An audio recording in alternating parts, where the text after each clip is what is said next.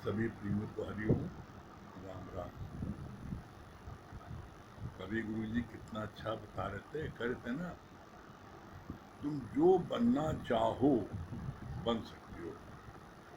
कैसे? As you think you become.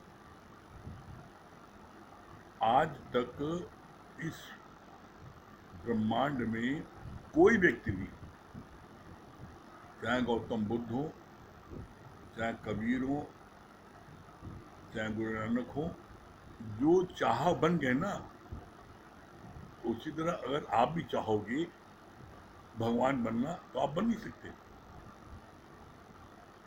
आप भी बन सकती हो, लेकिन मेन बात क्या है, आपके अंदर में वो ललक होनी चाहिए।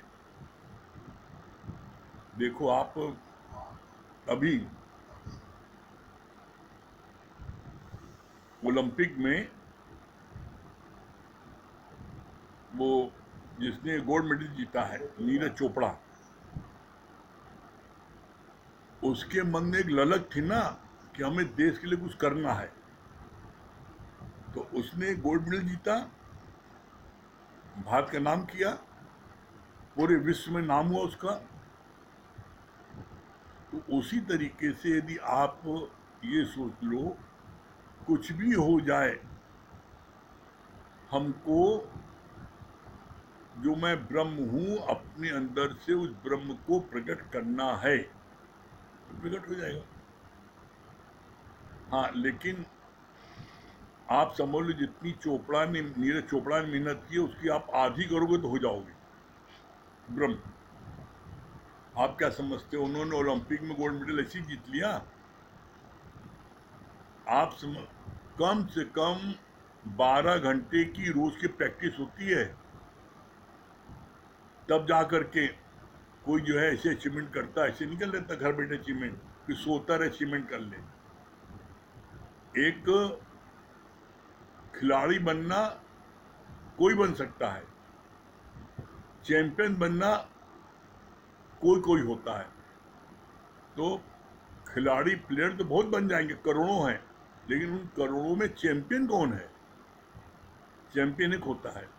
तो उसके लिए चैंपियन होता है, उसके लिए बहुत मेहनत, संयम, नियम, सदाचार, सब चीज अप्लाई करनी पड़ती है। और जब वो सारी चीजों को तन से, मन से, जब बहुत अधिक वो पवित्र होता है, तभी जाके ऐसा कोई अचीवमेंट प्राप्त कर पाता है। ये हंसी खेल नहीं है कि कोई प्राप्त कर लेगा। और उसका प्रमाण क्या है? आप अपने परिवार के किसी बच्चे को किसी गेम में एक डिस्ट्रिक्ट चैंपियन बना के दिखाओ। आपके यूपी, नेशनल, एशियन, ओलंपिक सबसे लास्ट में आता है। एक अपने मोहल्ले में चैंपियन बना के दिखा दो।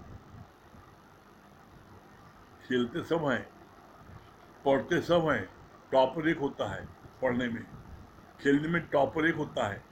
तो टॉपर बन के दिखाओ ना। ऐसे क्या होता है, ऐसे सिर्फ खेले थोड़ा बहुत और बस रिक्रिएशन से खेले, खेल कूद घर चले नहीं। जब टॉपर बनोगे तब तुम्हें पता लगेगा कि कितनी मशक्कत करनी पड़ती है। हम लोगों का 18वें अध्याय का गीता का चल रहा था, 36 से 39 श्लोक चल रहा था। कल पढ़ा गया था,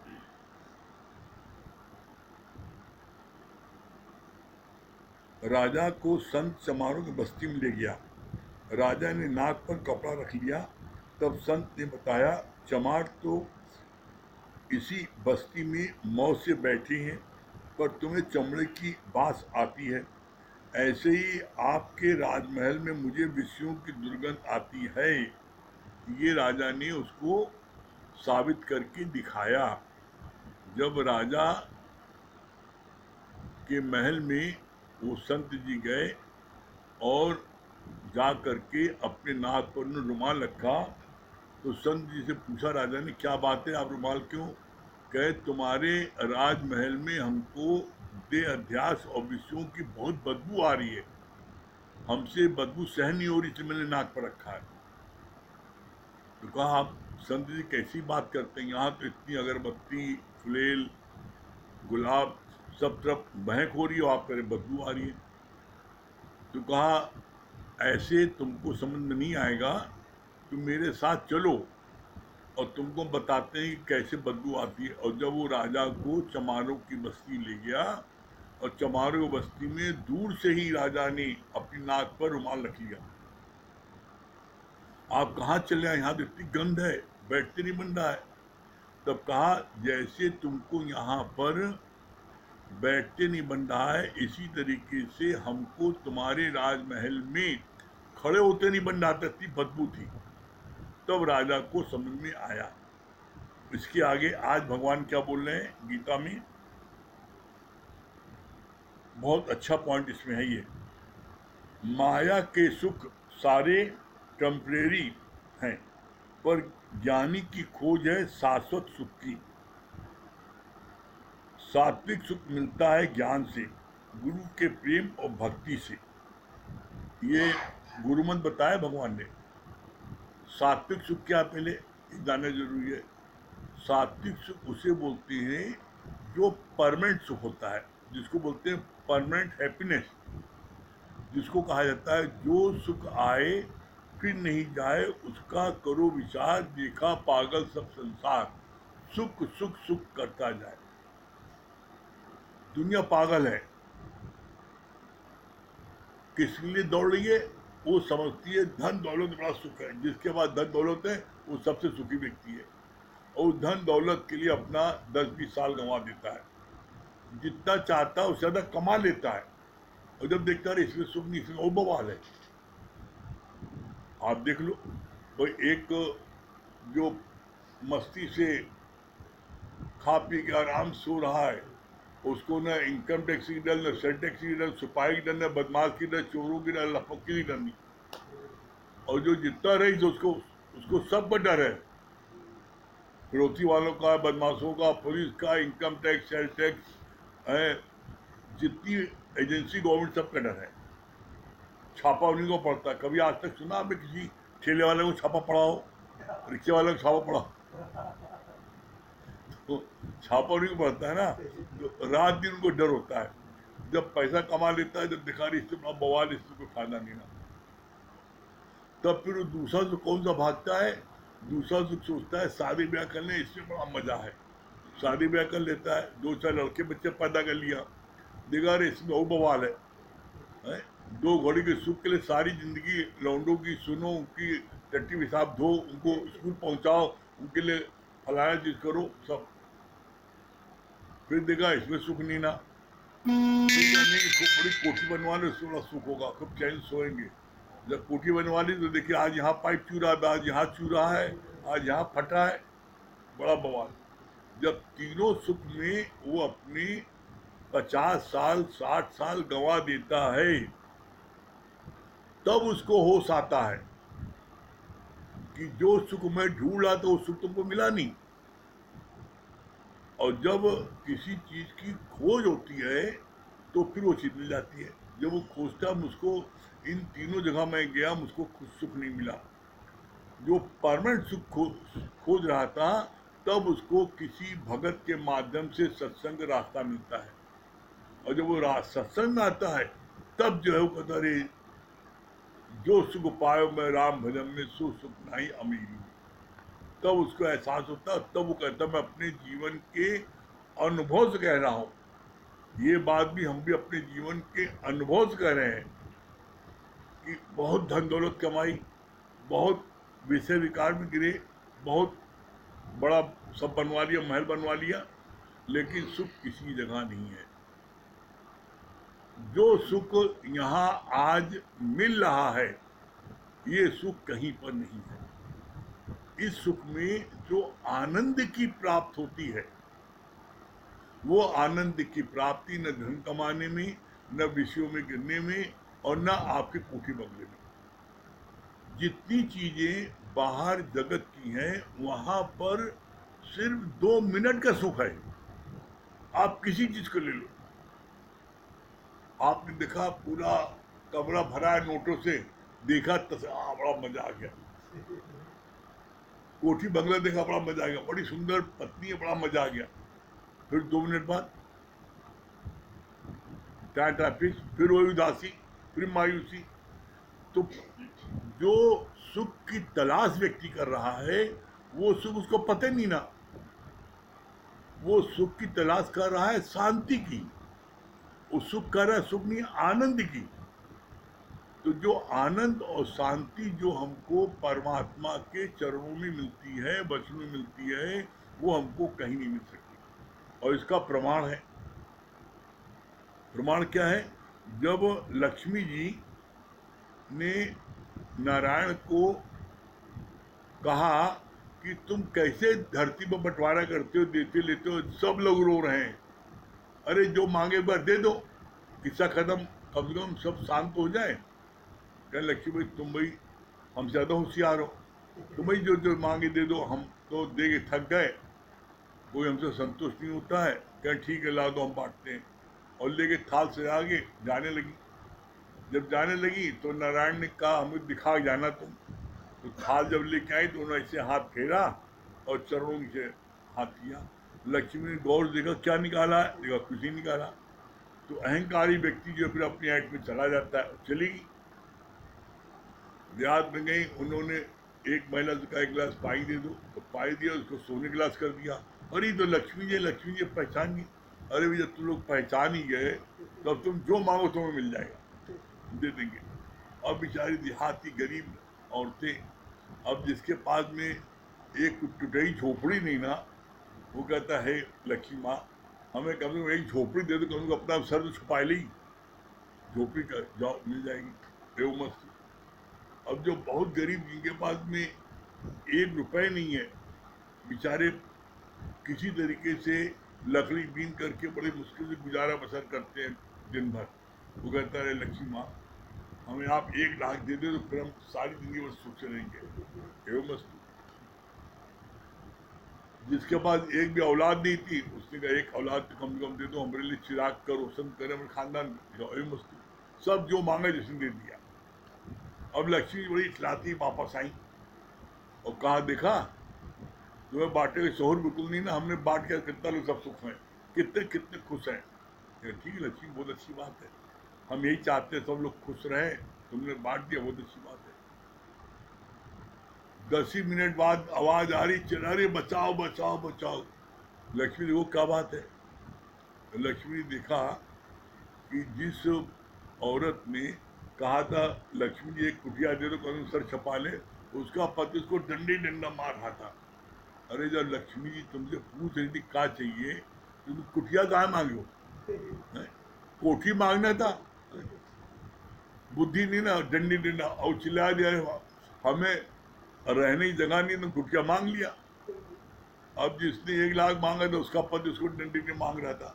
अरे जब लक्ष्मी जी तुमसे कह रही हैं तो तुम 1 लाख का मांगो, 1 करोड़ मांगती, हमें गिनती नहीं आती 1 लाख के आगे तुम क्या मांगते, डंडे डंडा उसको मारे। वो रोज चिल्ला रही थी, जिससे 1 लड़का मांगा उसको डंडे डंडा पार, एक का मांगो 4 मांगती।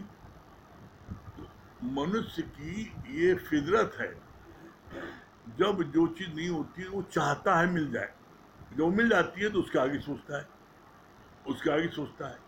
इसीलिए बोलते हैं मन मत डुबोए और गुरु मति तारे। मन की मति जो है तुमको डुबोएगी और गुरु की मत तुमको तारेगी।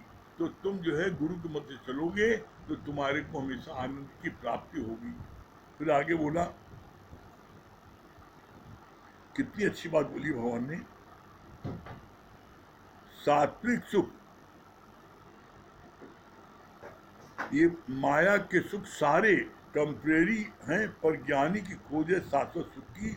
और शाश्वत सुख मिले कहाँ से, ये की पॉइंट बताया है, बहुत बड़ा बताया है।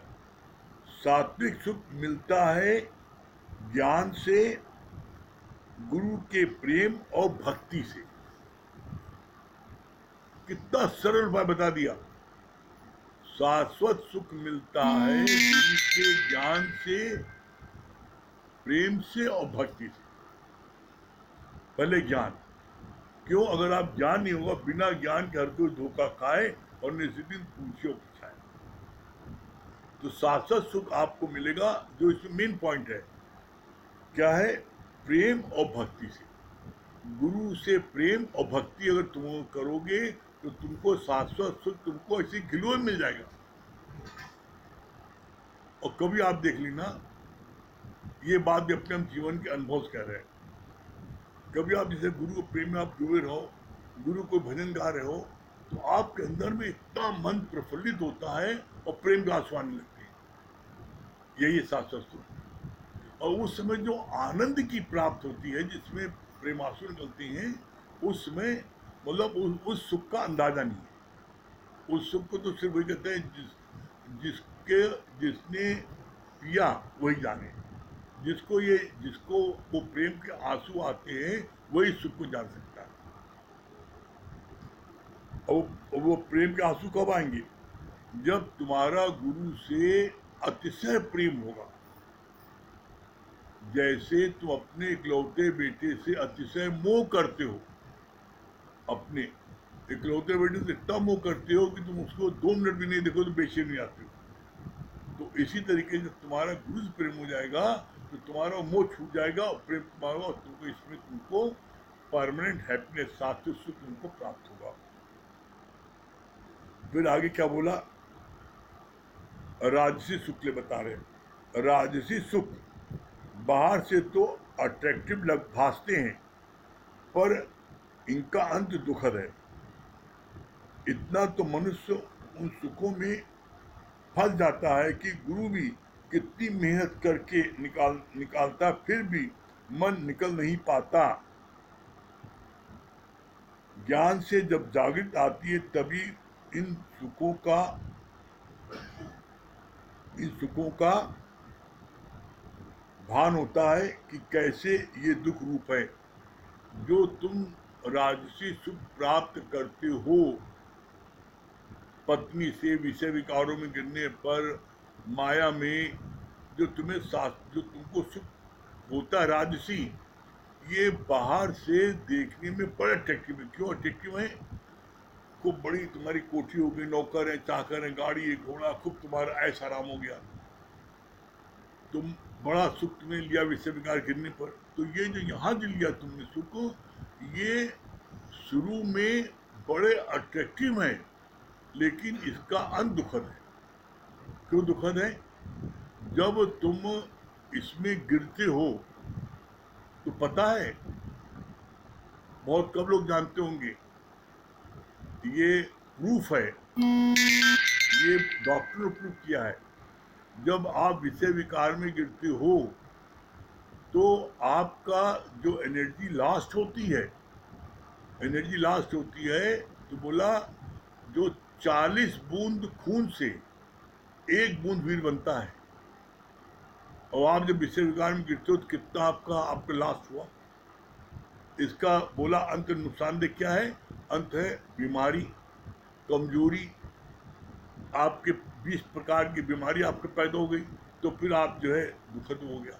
तो जो सुख तुमने लिया 2 घड़ी का, उस 2 घड़ी के सुख के एवरेज में जो आपको बीमारी आ गई, उस बीमारी का कौन भोगवान भोगेगा? उसको तुम्हें भोगोगे ना। तो इसलिए भगवान ने बोला कि ऐस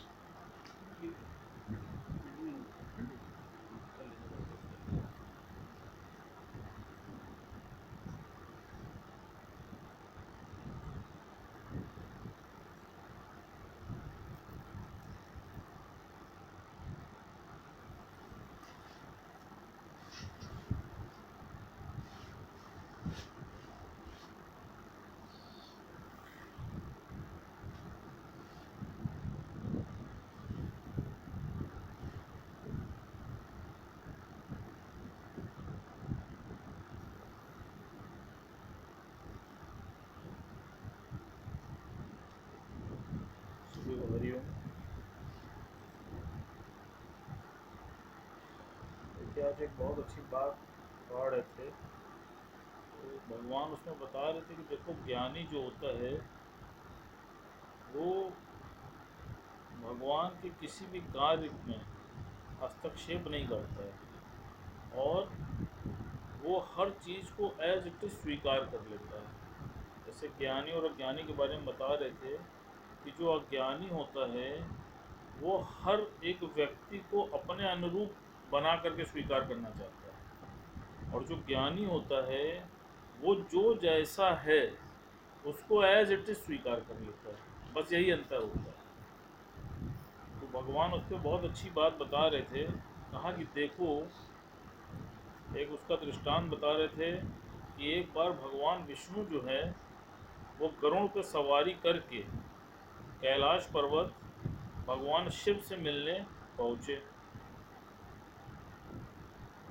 जब कैलाश पर्वत पहुँचे तो वो भगवान शिव से मिलने अंदर चले गए, और जो गरुड़ भगवान थे वो बाहरी उनकी प्रतीक्षा कर रहे थे और सारी वादियों को देख रहे थे।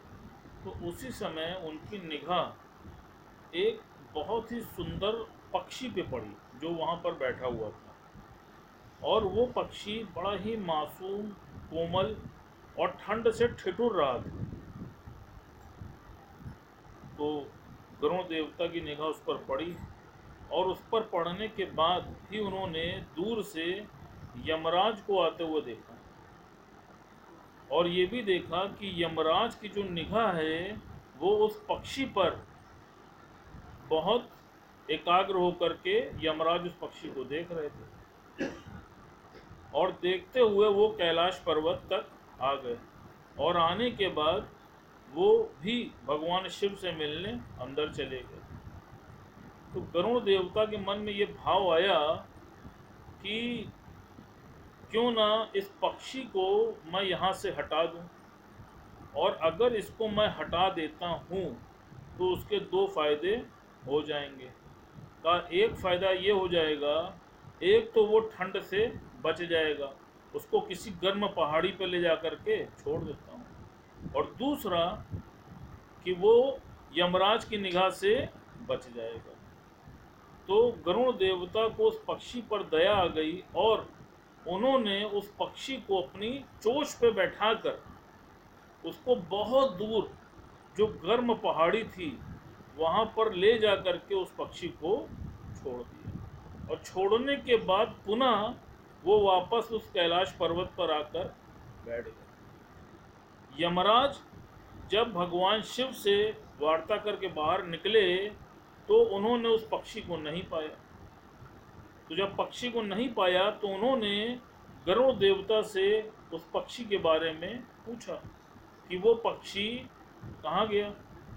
तो उन्होंने उनको सारा वृतांत बताया कि वो ठंड से ठिठुर रहा था, जिसके कारण मैं उसको गर्म पहाड़ी में बहुत दूर छोड़ करके आया हूँ। तो यमराज बोले, यही तो मैं सोच रहा था कि उसकी मृत्यु तो वहाँ दूर पहाड़ी पर उसका इंतजार कर रही है, और वो इतना कमज़ोर पंछी और उसके पंख भी इतने कमज़ोर, वो इतने कम समय में वहाँ तक उड़ के कैसे पहुँच पाएगा।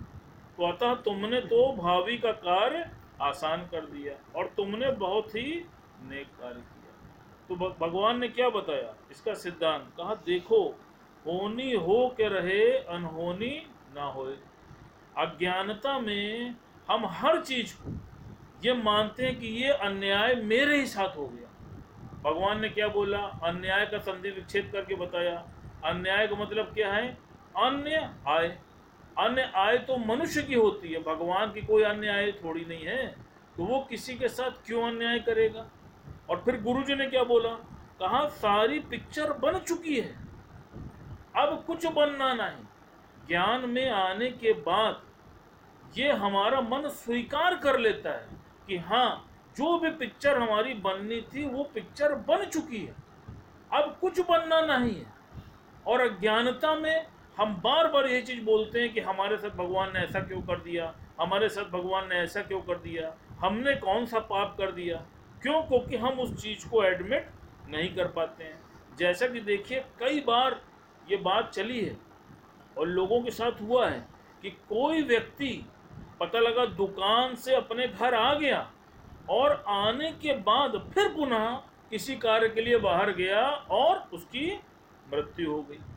तो लोग अपनी छाती पीटते हैं कि भैया वो तो घर आ गया था, आने के बाद वो फिर चला गया। तो क्यों? क्योंकि उसकी भावी निश्चित थी।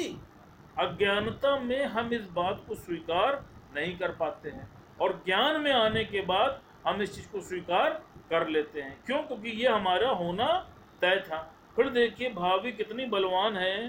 कैकई के बारे में पढ़ रहे थे कि जो कैकई माता थी वो बचपन में बहुत अधिक चंचल थी, और एक ऋषि जो है वो सो रहे थे। तो उन्होंने क्या किया कि उन्होंने काले रंग से उस ऋषि के चेहरे पे मूंछ बना दी, और जब वो ऋषि सो करके उठा तो उसने अपने चेहरे पे जब हाथ फेरा तो उसका मुंह जो है वो पूरा काला हो गया। और पता करने पर कि यह कार्य किसने किया तो पता चला कि यह कार्य कैकई ने किया। तो उस समय के ऋषि मुनि देखिए बहुत बलवान हुआ करते थे। वो जो श्राप दे देते थे उसकी पूर्ति अवश्य होती थी। तो उन्होंने कैकई को श्राप दिया। उन्होंने क्या बोला? उन्होंने कहा जिस हाथ से तुमने मेरे चेहरे पर मूंछ बनाई है वो हाथ तुम्हारा वज्र का हो जाए, और कहा जिस काले रंग से तुमने मेरे मुख को काला किया है एक दिन तुम्हारा मुख भी काला होगा, और तुम किसी को भी मुंह दिखाने लायक नहीं बचोगी। तो अब देखिए भाभी कितनी बलवान होती है। महाराज दशरथ जब युद्ध में फंसे और उनके रथ का पहिया जब टूट गया तो वो जो वज्र का हाथ था कैकई का, उसी हाथ से वो रथ का पहिया उन्होंने पकड़ा और महाराज दशरथ को बचा करके वो लेके आए। उसी के कारण भगवान दशरथ ने उनको 3 वरदान दिए। दूसरा, भगवान राम को 14 वर्ष का वनवास मांगने के कारण उनको देखो कालिक उनके मुंह पे होती और उनका मुंह काला हुआ। तो देखिए होनी हो के रहे, अनहोनी ना होए। तो भगवान ने क्या बोला? इस ज्ञान में सबसे बड़ी बात क्या है? कर्मों की सुजागी। अज्ञानता में आप कोई भी कर्म करते हैं तो आप उसके प्रति अनजान हैं, तो आपको उसका जो पनिशमेंट है वो उतना नहीं है। लेकिन ज्ञान में आने के बाद अगर आप उस कार्य को करते हैं या उस कर्म को बनाते हैं तो उसका पनिशमेंट कई गुना ज़्यादा है। जैसे कोई वकील है या कोई पुलिस वाला है जिसको लॉ एंड ऑर्डर के बारे में पता है, अगर वो उस कार्य को करता है तो उसके लिए पनिशमेंट अधिक है, और एक नॉर्मल सिटीजन जिसको उसके बारे में नॉलेज नहीं है तो उसके लिए नॉर्मल पनिशमेंट है। तो भगवान ने इसीलिए बोला, कहा कि देखो ये जो मनुष्य की योनि है ये कौन सी योनि है? ये है कर्मवान योनि, और बाकी जितनी भी योनियां हैं वो हैं भोगवान योनि। तो देखो कि तुम इस मनुष्य के जीवन में जितने भी कर्मों को बना लेते हो उन्हीं कर्मों को तो 84 लाख योनियों में काटते हो। क्या बोला भगवान ने कि नित्य नित्य नए कर्म बन जाते मन वाणी और तन से। तो देखिए कि जब आप अवेयर होते हैं तो क्या आपसे कोई गलत कर्म हो पाता है?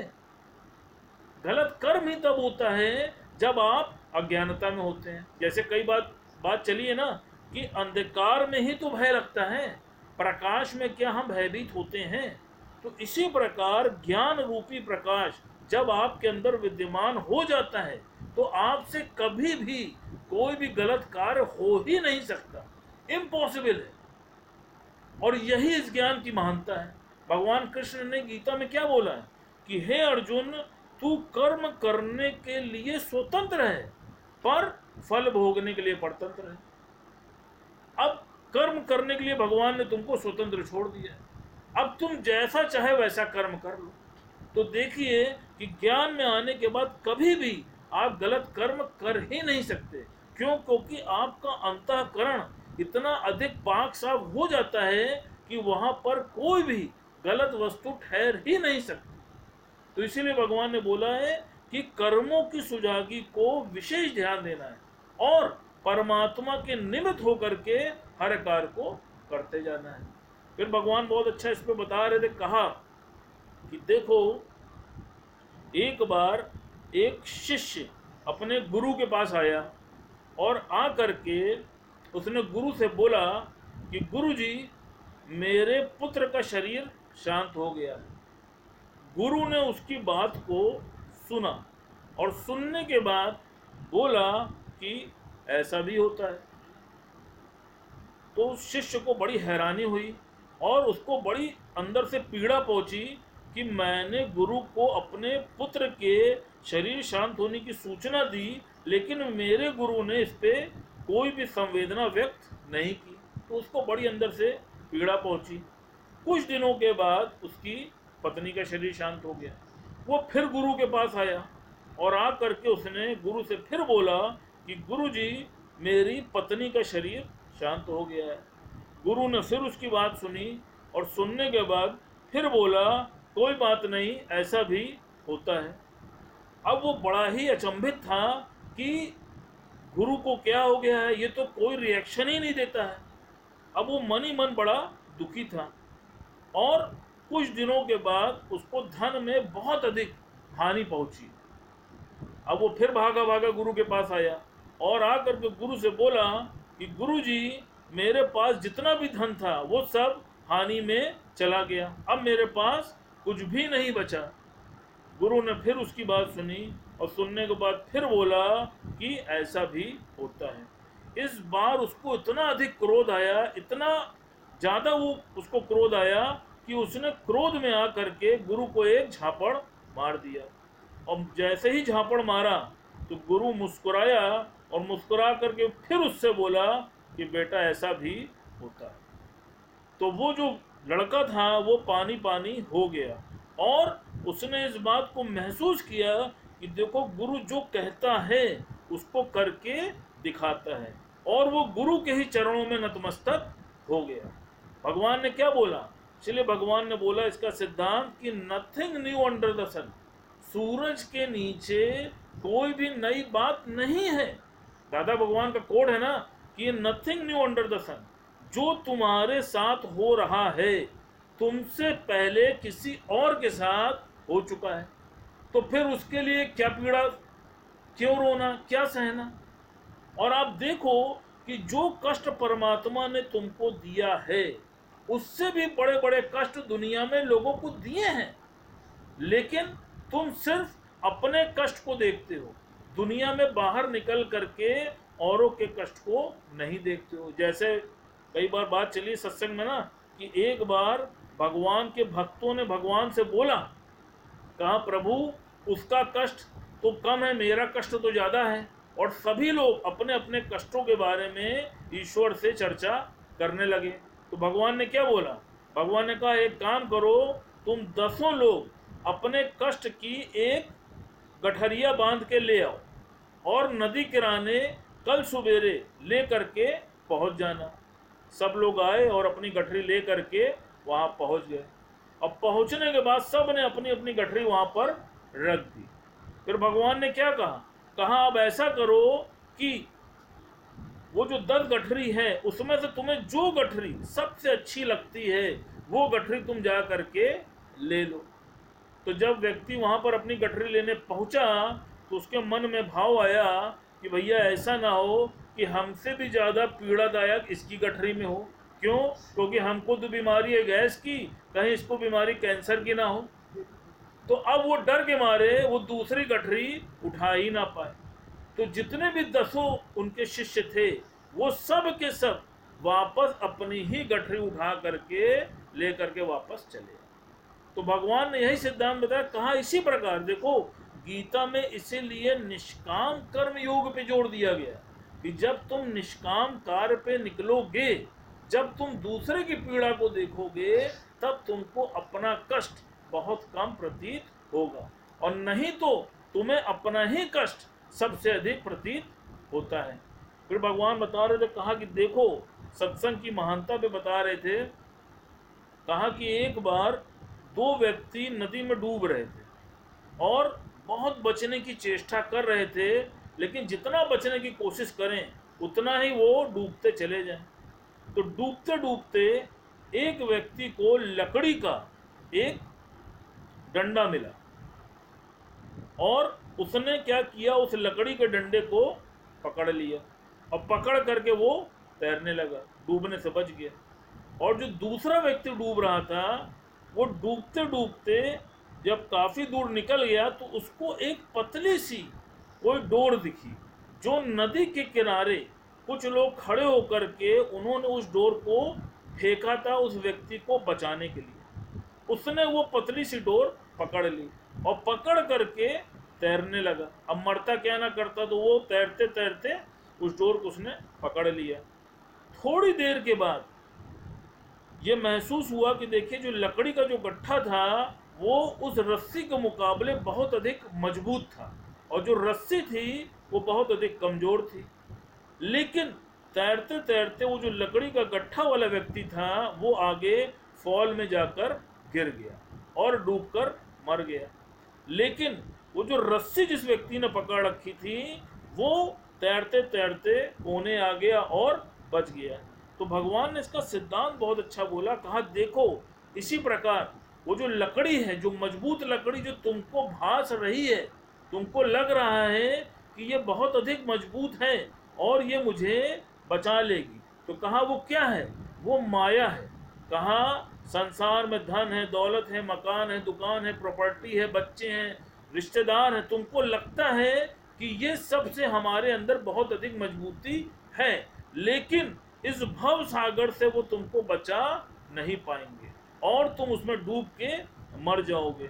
और वो जो रस्सी है वो क्या है, भगवान ने बोला, कहा वो सत्संग रूपी रस्सी है, जो दिखती तो बहुत महीन है लेकिन वही एक मार्ग है जिसको पकड़ करके तुम परमात्मा से मिलकर एक हो सकते हो। अब इच्छा तुम्हारी है कि तुम उस मोटे लठ को पकड़ते हो, उस पर विश्वास करते हो, या उस महीन रस्सी को पकड़ते हो। जो तुम पकड़ोगे उसका परिणाम तुमको भुगतना पड़ेगा और जो ऐसा करेगा उसको परम आनंद प्राप्त होगा और फिर बाकी अपनी मर्जी। हरि।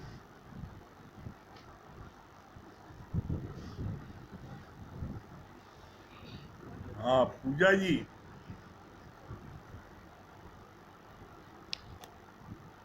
पूजा जी, बिल्ली।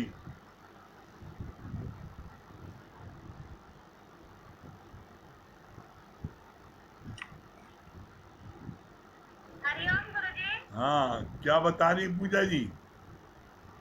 जी गुरुजी, ये बात बहुत अच्छी लगी ना। सशुद्ध सुख जो होता है वो गुरु के ज्ञान में और गुरु के प्रेम में होता है। और ये चीज गुरुजी आज हमने महसूस की थी है। आज हम भजन सुनते सुनते वो प्रेम के जो आंसू बहे और इतना अनकंट्रोल हो गए कि बिगर बात के हम रह नहीं पाए। अच्छा भजन सुना दीजिए। तो जी गुरुजी। हाँ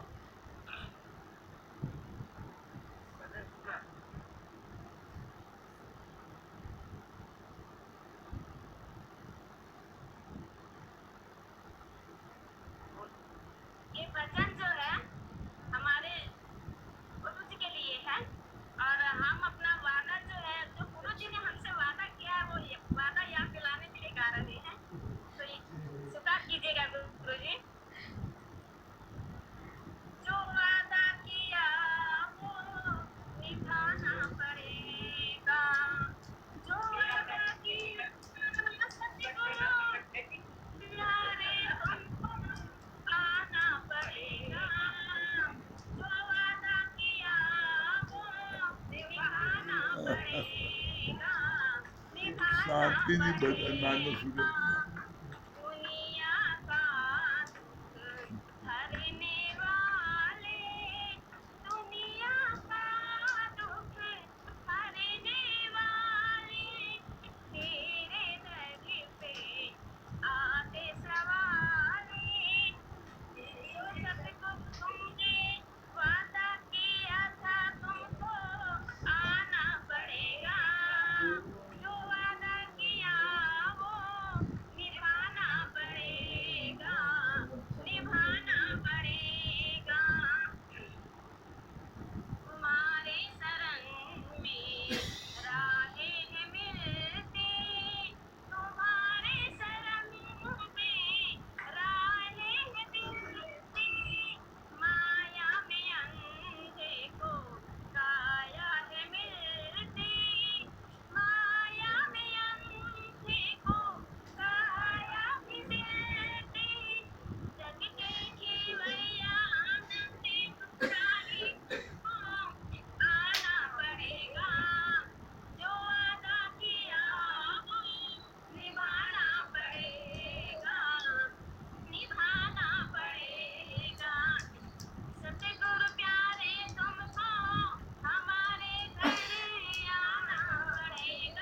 जो वादा किया वो निभाना पड़ेगा, निभाना पड़ेगा। तरसती निगाहों ने आवाज दी है, तरसती निगाहों ने आवाज दी है। दिल से पुकारा तुमको आना पड़ेगा, जो वादा किया तुमको निभाना पड़ेगा, निभाना पड़ेगा। जो वादा किया सतगुरु आना पड़ेगा, जो वादा किया गुरु निभाना पड़ेगा, निभाना पड़ेगा। हरिओम गुरु जी। बहुत सुंदर। अब तो आना ही पड़ेगा। और आपके भजन में और 4 चांद लगा दिया शांति जी ने डांस करके, इतना बढ़िया। हाँ, अब तो आना ही पड़ेगा। अभी बहुत जल्दी आएंगे, सूचना देंगे आपको। अच्छा, हाँ हाँ, राधा केसरवानी। हरिओम।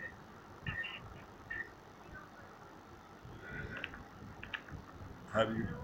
हाँ, राधा जी क्या बता रही, क्या सुना रही हैं? गुरु जी हरिओम। हरिओम। सत्संग पॉइंट यही लगे कि सत्संग में शांति और आनंद है, और बाकी सब चीजें जाते हैं तो सब कष्ट मिलते ही रहते हैं, सत्संग में ही आनंद मिलता है, मुझे तो ऐसा प्रतीत होता है फिलहाल। हाँ, और एक क्या सुना रही हैं? आपकी आज्ञा हो तो एक भजन सुना दूं? हाँ, सुनाइए। चिंता बहुत सताए तब अनामिका जात करो, तुम अंतःकरण दुखाए तब अनामिका जात करो। जब चिंता बहुत सताए तब अनामिका जात करो, तुम अंतःकरण दुखाए तब अनामिका जात करो। जब उठने लगे हताशा फैले सब ओर निराशा, जब उठने लगे हताशा फैले सब ओर निराशा। मन मन वक्त बिराए तब ओम नामिका जाप करो, जब चिंता बहुत सताए तब ओम नामिका जाप करो। दिल उलझन भारी हो या उथल पुथल जारी हो, दिल उलझन भारी हो या उथल पुथल जारी हो, दिल बात समझ ना पाए तब ओम नामिका जाप करो। जब चिंता बहुत सताए तब ओम नामिका जाप करो। जब अपने ही मुख मोड़े सब रिश्ते नाते तोड़े, जब अपने ही मुख मोड़े सब रिश्ते नाते तोड़े, जन जन दुश्मन बन जाए तब ओम नामिका जाप करो। जब चिंता बहुत सताए तब ओम नामिका जाप करो। हरिओम गुरु जी। बहुत सुंदर। हरिओम। हाँ, नीलू जी। हरिओम गुरु जी। हरिओम भैया। हाँ, हरिओम। क्या बता रही नीलू जी? सच बात है गुरु जी, रोम रोम शुक्राने में डूबता है। आज गुरु की कृपा से सच में कहीं सुख कहीं नहीं है, दिखाई देता है, लेकिन जैसे अभी भैया ने बताया ना कि लट्ठे के समान पानी में डूबता हुआ लट्ठा दिखाई देता है, लेकिन गुरु की एक रस्सी पकड़ लो तो बहुत पार हो जाओगे। बहुत अच्छा लगा, और बहुत अति भाग्यशाली है कि ऐसा आला संस्कार गुरु मिला है। अब तो हर पल जैसे लगता है कि क्या अंदर से खुशी गुरु ने दी है कि वो बयां नहीं कर सकते। बहुत बहुत बहुत भाग्यशाली है हम लोग। हाँ, बहुत सुंदर। हरिओम। हाँ, राम प्रकाश भैया। जी हरिओम। हरिओम। क्या बता रहे राम प्रकाश भैया? सदगुरु के कोट को शुक्राने भैया। इतनी अच्छी बात चल रही, जैसे अभी पूजा ने इतना अच्छा भजन गाया कि कहते हैं ना भैया कि भाव का भूखा हूँ, भाव एक तार है, भाव से जो मुझे बजे भाव से बेड़ा पार है। तो भगवान तो सिर्फ जो है भाव का भूखा होता है, और आपने उसके भाव को पूरा भी करने का वादा कर लिया है, तो वो भी जरूर पूरा होगा। बहुत अच्छा लगता है कि जो दिल से याद करता है, प्रबल प्रेम के पाले पड़कर प्रभु को नियम बदलते देखा, प्रभु का मान टले टल जाए पर भक्त का मान न टलते देखा।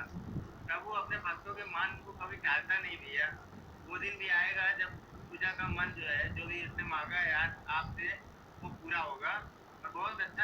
अभी हमें भैया ने जो बताया कि एक लट्ठा था जो डूब गया, लेकिन एक पतला जो धागा था, जो सत्संग रूपी धागा है, वो कभी डूबता नहीं है।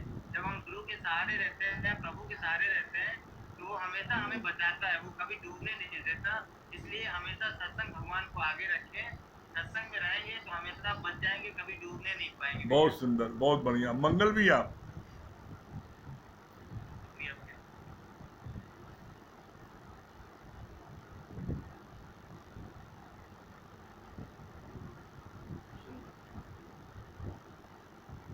हाँ, संजय भैया लगता मंगल भैया का। रास्ते में गाड़ी चला रहे हैं, अच्छा, रास्ते में, ठीक ठीक।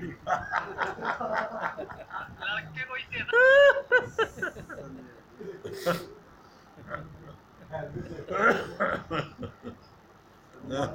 हाँ संजय भैया, आप गाड़ी चलाइए, इस पर ध्यान दीजिए।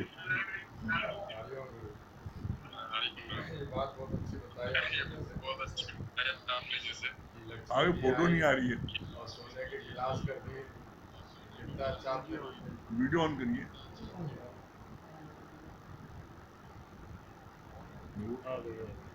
आ गया। तो आप बिल्कुल मलेट्री जवान लग रहे थे। हाँ, क्या बता रहे हैं? जैसे लक्ष्मी जी वाला आपने बताया, नारायण जी बोला आपको बांटने नहीं आता है, ये हम बांट के दिखाए, तो उससे ज्यादा शोर मच गया। ये बात बहुत अच्छी लगी, जैसे अमित भैया ने बताया लट्ठे वाली बात, तो वाकई में दिखता है कि सत्संग तो हम लोग आते जाते रहते हैं, अरे यार ठीक है, कुछ पता नहीं चलता है, जैसे अभी पूछेंगे तो पता ही नहीं चलेगा। लेकिन ये है कि जब परिस्थिति आती है तो पता चल जाता है कि हाँ, हमें कहाँ किस चीज की जरूरत है, क्या गुरु का ज्ञान उस समय बिल्कुल जैसे प्रकट हो जाता है। ये बात बहुत अच्छी है। हाँ, संगीता रानी।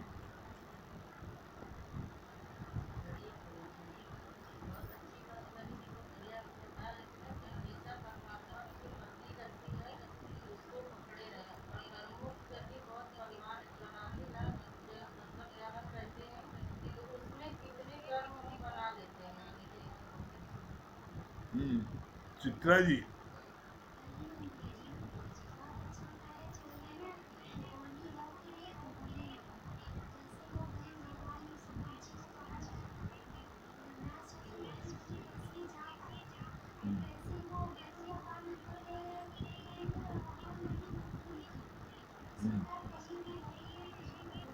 हाँ, सुशीला जी।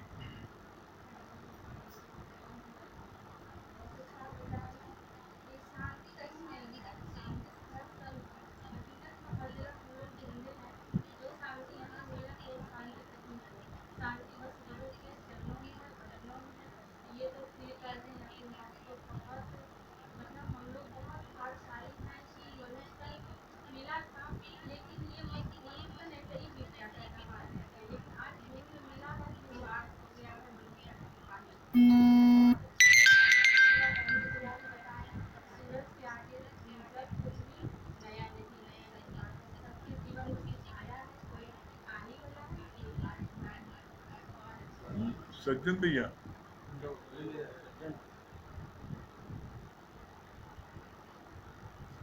सज्जन भैया क्या बता रहे हैं?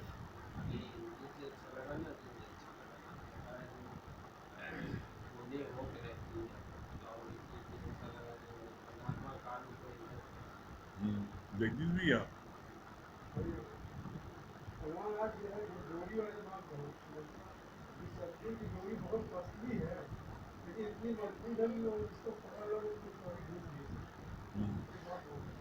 हाँ, महेश भैया। बहुत अच्छी बात लगी दीदी जो आपने बताया कि मतलब परमात्मा के भजन में अगर भाव जैसे बनता है तो ऑटोमेटिक आंसू गिरने लगते हैं प्रेम में। और जैसा भैया ने भी बताया ना कि हर आदमी अपनी गठरी पे एडजस्ट करे, दूसरों की गठरी रखी भी है लेकिन उठा नहीं पाएगा वो। ये बात बहुत अच्छी है। चट्टी गुरु।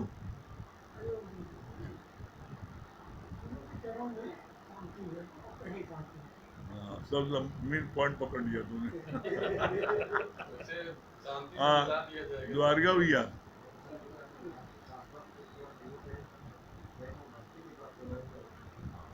सबसे सरल साधन।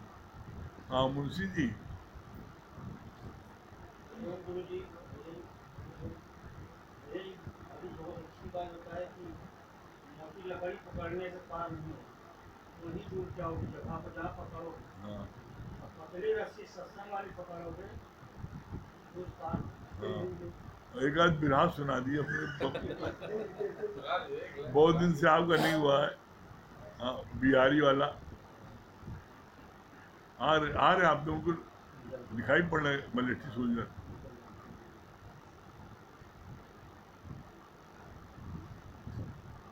आप पकड़ लीजिए, जो कर आप पकड़ लीजिए। हाँ सुनाइए।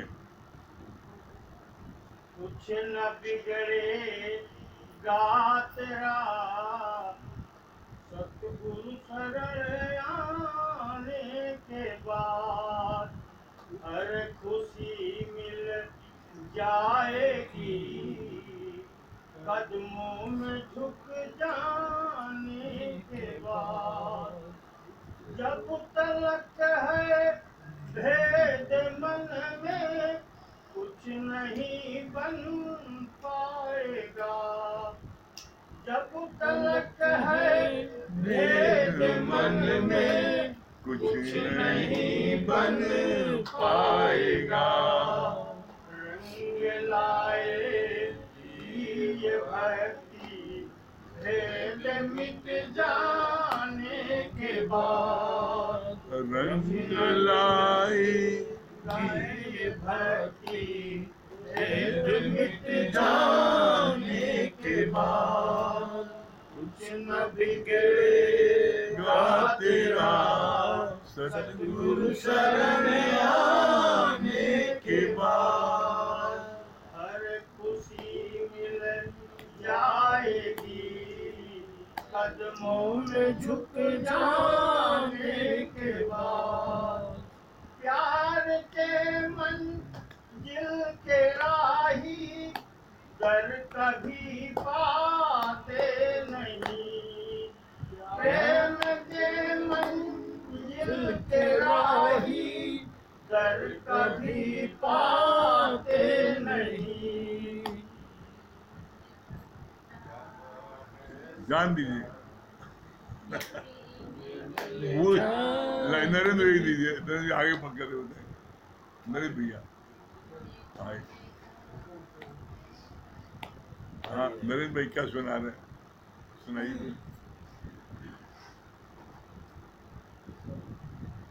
हाँ ठीक है।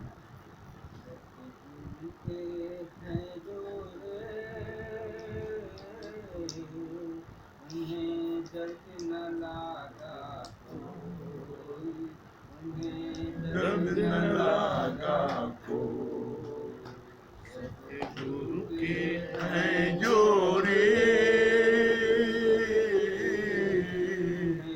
दर्द न लागा कोई, दर्द न लागा कोई। बाहर से खामोश रही भीतर अमृत बरसे, भीतर अमृत बरसे सतगुरु के हैं जोड़े, उन्हें दर्द न लागा कोई, दर्द न लागा कोई। सह न सके जो गुरु की जुदाई, उसके हृदय की यही है कहानी रे। सह न सके जो गुरु की जुदाई, उसके हृदय की यही है कहानी रे। हरदम गुरु को मन में बसाया, हरदम गुरु को मन में बसाया, अश्वन नीर बहाए रे। उन्हें दर्द न लागा कोई, उन्हें दर्द न लागा कोई। सतगुरु की के प्यार वो करता, देखता गुरु को हर घट में हुए। चुप के प्यार वो करता, देखता गुरु को हर घट में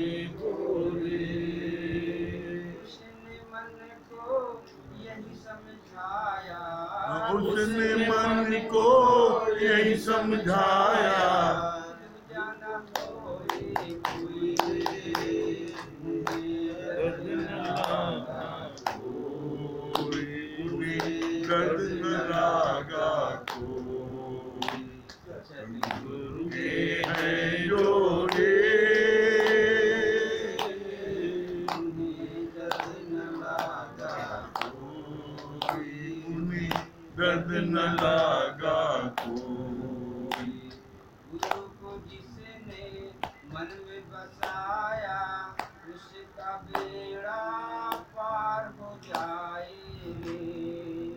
गुरु को जिसने मन में बसाया उसका बेड़ा पार हो जाए रे। के आगे चले न किसी का, गुरु के आगे चले न किसी का, काल की क्या है मजाल रे, उन्हें दर्द न लागा कोई, उन्हें दर्द न लागा कोई। तन मन धन जो सौंपे गुरु को, गुरु भी उसका भार उठाए रे। तन मन धन जो सौंपे गुरु को, गुरु भी उसका भार उठाए रे।